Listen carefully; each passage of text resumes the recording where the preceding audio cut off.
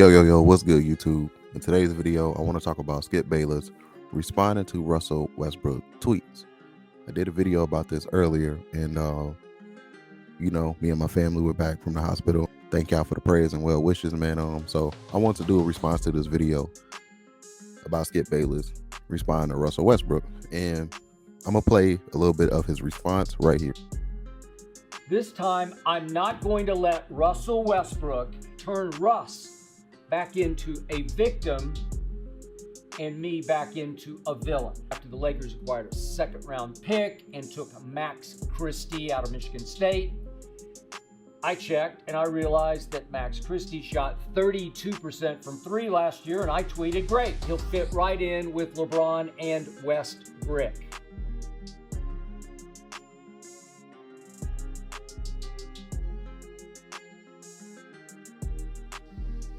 Yeah, the next day, Russell Westbrook responded to me on Twitter, yo, with about, 12 O's. Watch your mouth, he tweeted at me. Don't say anything here you wouldn't say to my face.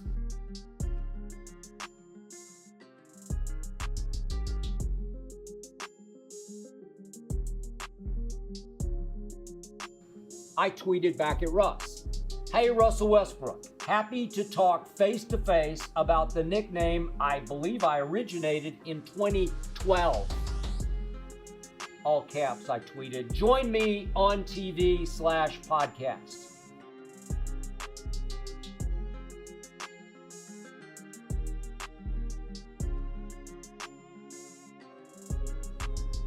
That tweet detonated, by far the most reaction of any tweet ever.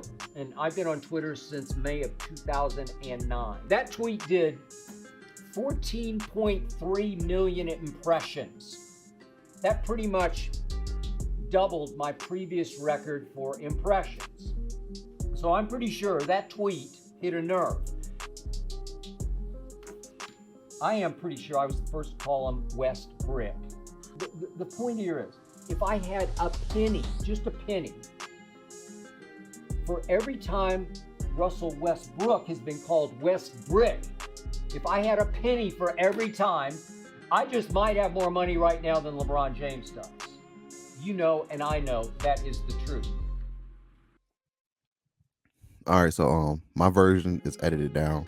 I can watch the full video on Skipbayless podcast. I'll have the links in the description and all that stuff. So I just want to remind Skipbayless how he reacted to when Jalen Rose got on his ass and called him Water Pistol Pete Jr. And here's this clip right here. The positions were only created so a novice could follow the game. Just because you're a power forward, that doesn't make you physical. Just because you're a shooting guard, that don't mean you can jack up threes.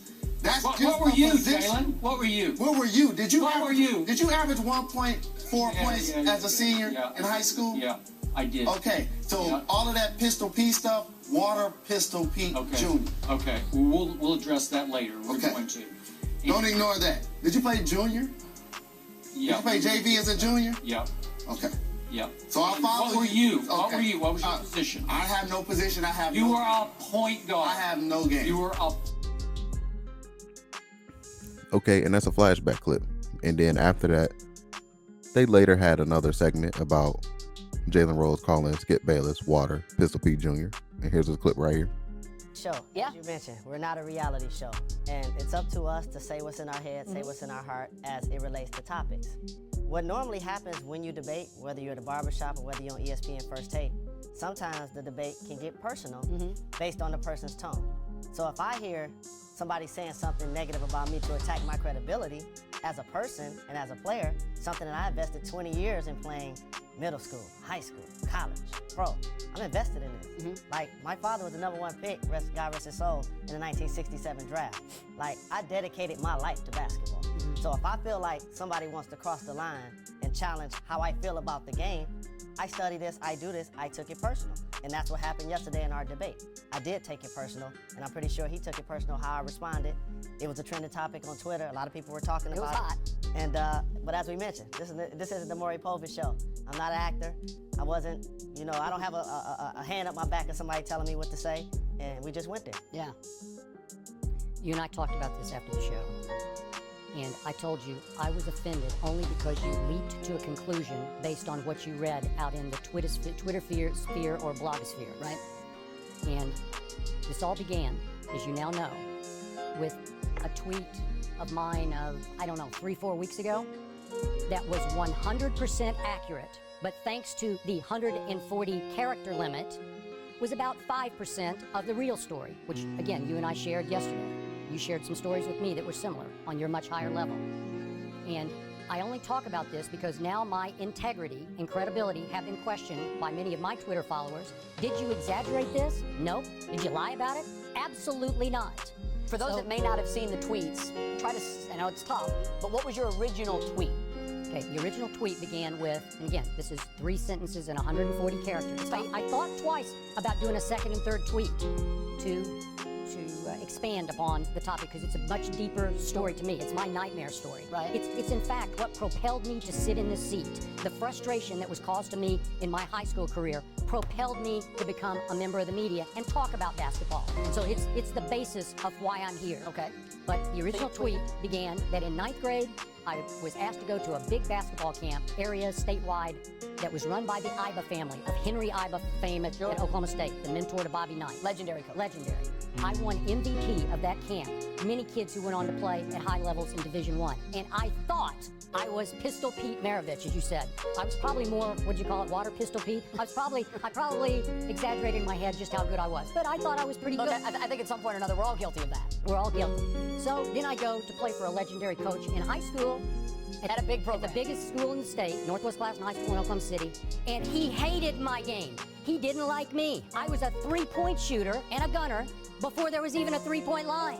He wanted me to be a point guard, and I felt like I didn't have the aptitude nor the desire to distribute the basketball. I didn't get it. I don't have the gift that you had. You could definitely run the point. You could score too, but you had the feel for the game, the vision to anticipate when a player's coming up. I had 0 of that. So I went through a nightmarish sophomore year in which we won the state championship. I went through a nightmarish junior year in which the coach forced me, as you pointed out yesterday, to play, we called it B squad. Forced me to play B squad to learn to be the point guard, then suit up and play the varsity game at night. Right. I went into my senior year thinking, finally, I got my shot. I'm gonna be the guy coming up next year. And what happens the first day of school? I look up and my legendary coach has transferred in his son from Southeast High School on the South Side to play for him. Wow. And I did start for that team, but not for long because the coach's son was soon the guy. I played a lot that year, but I lived in fear of even taking a shot in a game. When you hit me with the stat, I looked it up last night, I think it was 1.8. I was shocked it was that high because I can barely remember taking shots in games. All I did was do what Henry Iba wanted. You feed the post. I fed our postmen who went to Kansas State on scholarship and University of Houston on scholarship, and they were really good players. But I would start to shoot and hesitate. I was scared to death. So by 2/3 through the season, I got in his doghouse again. I clashed, I rebelled, into bench. That was the end of my career. That's exactly what happened to me, and it killed me. It was the worst experience of my sports life. Do you know how many players, high school, college, and pro, can have that story? So as you can see, Skipbayless was offended and hurt by that, right? So this is why Skipbayless is doing what he's doing. It's called projecting. Skipbayless is an emotional, soft-ass, weak-ass male.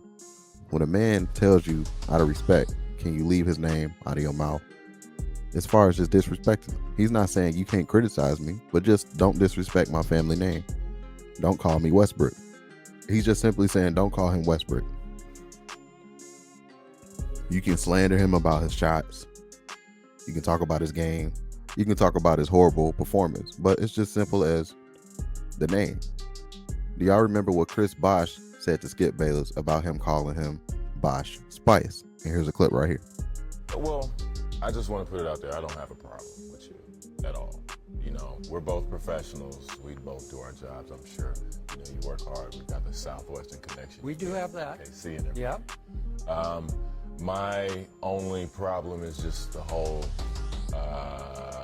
misuse of the name. If I stink it up on the court, that's fine. I don't have no problem with you. I love jokes. I love cracking on jokes. My thing is, my family, we take a lot of pride in our name. And my ancestors, my great-grandfather, my father, my grandfather, my aunts and uncles, you know, we're very prideful with the Bosh name. And I don't like it being made fun of. And I, you know, I don't think they appreciate it either. But, you know, that's all, really. That's it. I mean, I'm trying to say, man, if you run into my aunts, you know, that's... you feel that way, but you're not. Oh, so you're probably better off with Chris sitting there and not one of your aunts. Yeah, but you know, the Bosh name, you know, because that's all we have, you know, and we're hardworking guys. You know, my father and his fathers, they've paved the way for me to do what I'm doing today, and you know, that's like my main issue. Okay, I respect the Bosh name, but I have no regrets with referring to you occasionally, especially early and at mid-season, as Bosh Spice. These clips are years old, man. I think almost a decade old. And this old man, Skipbayless, is still doing the same shit. And this is what Draymond Green is talking about, the old media versus the new media. This is why the new media is having interviews with players, and players are not really fucking with the old media right now because of years and decades of slander like this. Skipbayless should not be happy and promoting the fact that he started the Westbrick name in 2012. Well, it's 2022 and you're still saying the same shit. All right, so with that being said, man, I just want to highlight the fact that look at how Skipbayless reacted to comments that Jalen Rose made towards him. And this man is still continuing to getting away with slandering these players. And then he just, oh, come on my platform. You're scared to have a one-on-one. Like, come on, man. This shit is just, is out of hand with the slander with these guys, man. And, you know, it's just, they not saying don't criticize me, but just don't disrespect the name. Chris Bosh said it perfectly. And Chris Bosh is not a sorry-ass player. So if all-stars and great players and championships and champions, ain't that what it's all about? The champions and winning rings. So when you have a guy like Chris Bosh who wins rings and shit, can talk about the disrespect and, oh, he's soft, y'all soft. Like, nah, man. If Michael Jordan was to come out and be like, yo, man, this slander and shit with the players' names ain't cool, everybody be like, yeah, Mike, you right. That's right, Mike right, because he the GOAT. LeBron James said, oh, man, fuck you, LeBron, you old soft-ass nigga. Mike, MJ would have never said it. But, yeah, man, it's just crazy, man. Skipbayless couldn't even handle being called Water Pistol Pete Jr. And that man is still, to this day, going around talking shit and slandering players. So if I was Russ, man, I would pull up on him. I would have that one-on-one. And you will see his whole demeanor will switch up. Oh, Russ, I just wanted you to sit down and talk about your name, your numbers, and like, come on, man. But again, man, it's about the disrespect. And these fans don't see it. They just look at it as like, you know, oh, they know they soft deal with it. They make $60 million. Well, what if they didn't make $60 million? That means it's okay. If Westbrook was a 9-to-5 worker, it's okay for 9-to-5 workers to take slander because they don't make millions of dollars. But the fact that these players make millions, it's okay for slander. Last time I checked, slander, it shouldn't matter who's doing it, in my opinion.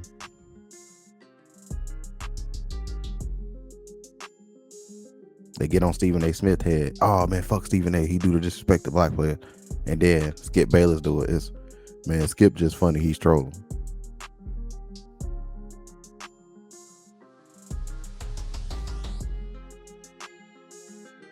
And that's why Draymond Green bumped his head when he called Perk a coon. You can't complain about the old media, but then you slip up and do the same shit that the old media would have did. But you know, he's learning. He admitted that, you know, he's still learning about how his, you know, how words and shit can travel, and, you know, the power of words, man. That's why it's important to know what the fuck you're talking about before you just turn your mic on and start saying a bunch of bullshit. But that's just my opinion, man. Skipbayless, you need to do better, bro. You in the game for 20 plus years long, man. I think you should be able to cover. I think Skipbayless should be able to cover the game without slander by now. You feel me? New guys coming up, I can understand the new guys making mistakes like how Draymond Green did. But Skipbayless, 20 plus years, you're supposed to be the OG. Younger guys are supposed to come to you and ask you, hey man, how can I critique the game? What's Skipbayless gonna say? Oh man, just attack him. Look at my Twitter. Like, go ahead and look at this man's Twitter. He's just fucking with players all day. And then when they respond, yeah, come on my show one-on-one. That's all he's doing, bro. This shit goes beyond basketball sometimes. Look at Jamarcus Russell, what he said on the Pivot podcast. He said his grandma had to hear all that slander with his name. He goes to a basketball game, the camera pans to him, and they sitting there talking about his jewelry and said if he spent more money, if he spent that same time that he spent on his jewelry, he wouldn't have been a bust. This is what these motherfuckers just say, man. They just be talking crazy. In my opinion, that's what my platform is about. It's about stopping these media heads from spinning these narratives and shit in the way they do. Because, like, again, if you address them, they be all, I'm just the media. Like how Charlamagne got pressed when Birdman got on his ass. I'm just a radio guy. But the radio guy, you doing more talking than dudes do in the streets.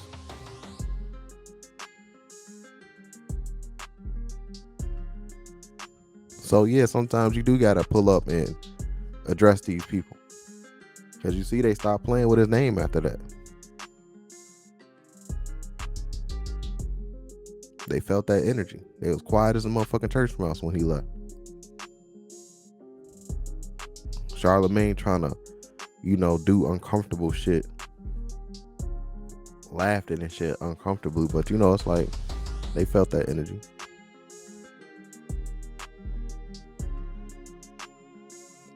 Oh, would you pull up on Rick Ross like that? That's doing radio tactics. Why you got to bring up Rick Ross? What if Rick Ross ain't like that? Yo, man, why you bringing up my name when Birdman addressing you? That creates another problem he could have had with Rick Ross. Rick Ross could have came up there the next day like, yo, when Birdman come check you, man, keep my name out your mouth. You seen how when Beans checked Charlamagne, yeah, you're right. I can't speak on that. Yeah, right. You're right. I'm not from the streets. I'm just a radio guy. And Beans was laughing at his ass like, because you don't know what the fuck you talking about.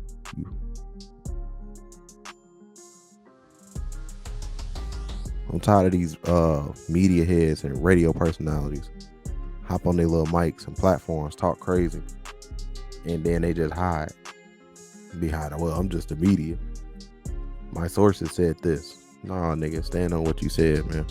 But hey, that's just my opinion again, man. Don't get in your feelings. This is Self-Talk for Selftalk News. Like, comment, subscribe.